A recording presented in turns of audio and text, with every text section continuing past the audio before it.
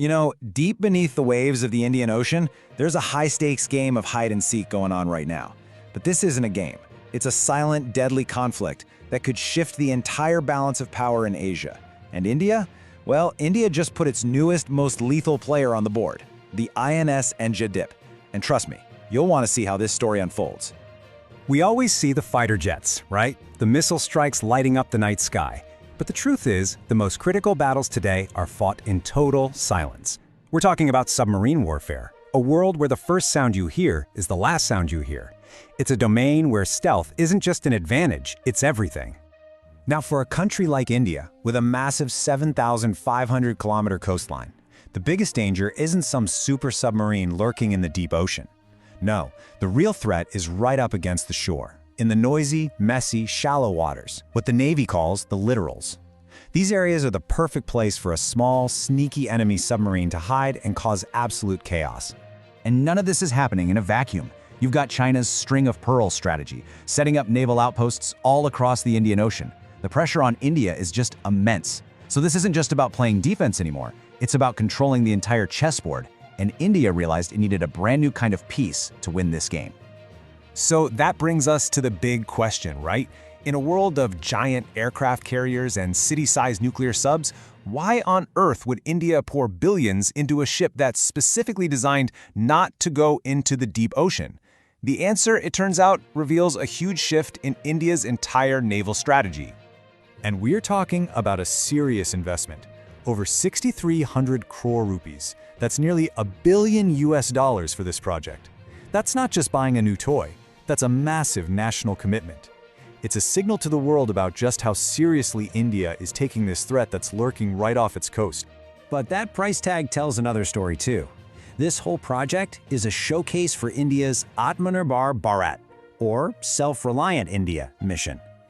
Think about it. Over 80% of this cutting-edge warship is built with Indian parts by Indian hands.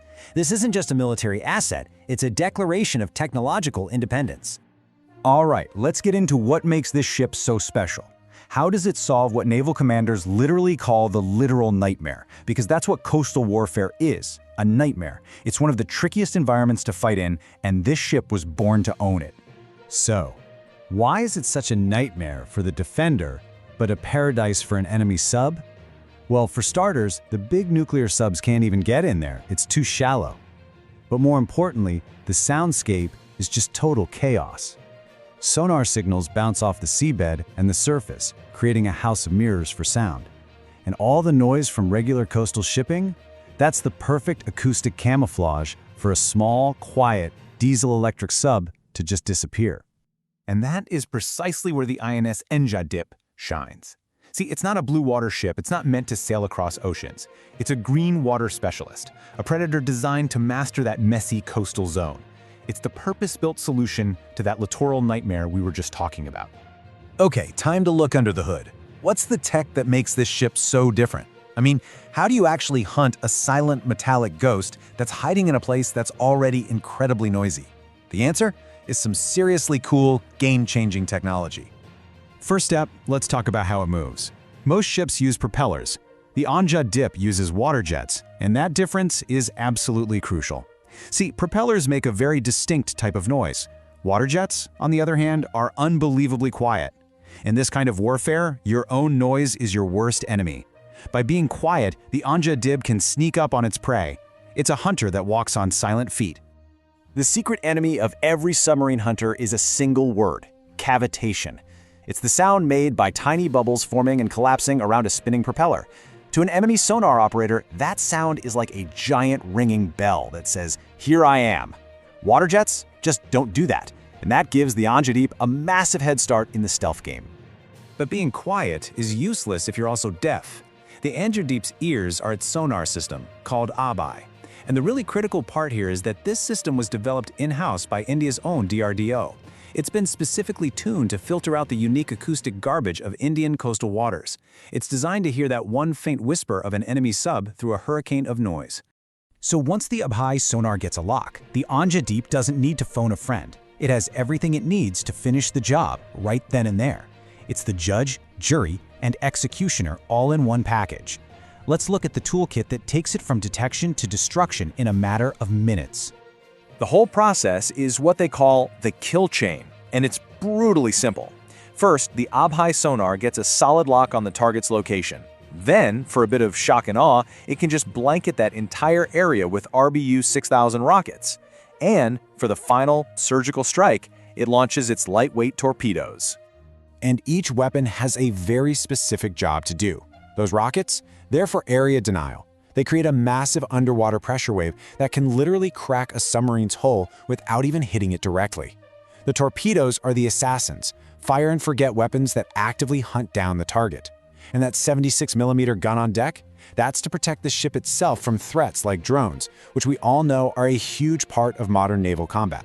So let's zoom back out. We've seen the tech, we've seen the weapons. What does this all mean for the big picture, for the strategic map of the Indian Ocean?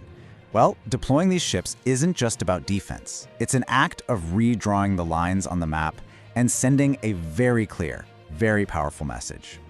And remember, the INS Anjadip is just the beginning. It's the third ship in what will be a fleet of 8 of these things. When all 8 of these dolphin hunters, as they're nicknamed, are out there patrolling the coast, they'll create a nearly impenetrable net of sonar. It'll make it incredibly risky for any hostile sub to even think about getting close to India. At the end of the day, this is the message. It's a powerful, unambiguous statement of sea denial. India is effectively telling the world our entire 7,500-kilometer coastline is now a no-go zone for your submarines. And that completely changes the risk-reward calculation for any potential adversary.